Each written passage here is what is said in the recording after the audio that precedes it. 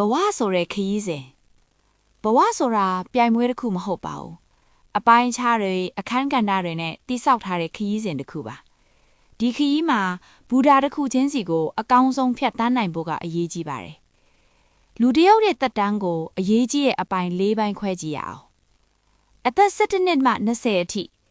ဒါဟာဘဝရဲ့အခြေခံအုတ်မြစ်ကိုချတဲ့အချိန်ပါစူးစမ်းပါတင်ယူပါမှားမှာကိုမကြောက်ပါနဲ့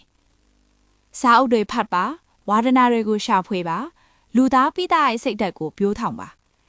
ဒီအချိန်မှာရှုံးနိမ့်မှုဆိုတာသင်ခန်းစာပဲမို့လို့ရဲရဲဝံ့ဝံ့စမ်းသပ်ပါအသက်21နှစ်မှ40အထိ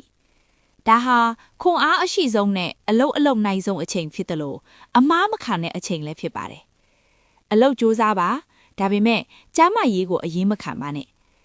ကိုယ်ပိုင်ရက်တည်မှုနဲ့မိသားစုကိုတည်ဆောက်ပါငွေကြေးစီမံခန့်ခွဲမှုကိုတက်မြောက်အောင်လုပ်ပါ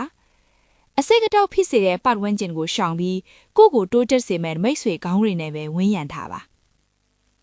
အသက်40နှစ်မှ60အထိ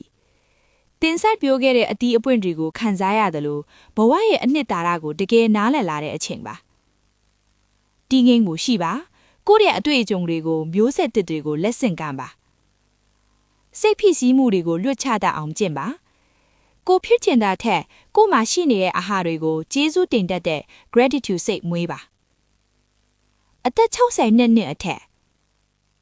ဒါဟာဘဝရဲ့နေဝင်ချိန်ဖြစ်တယ်လို့စီးစာရဲ့အလှဆိုအချိန်လည်းဖြစ်ပါတယ်စိတ်အေးချမ်းမှုကိုရှာပါဘဝကိုပြန်ကြည့်တဲ့အခါနောင်တနင်းနိုင်သမျှနည်းအောင်နေထိုင်ပါ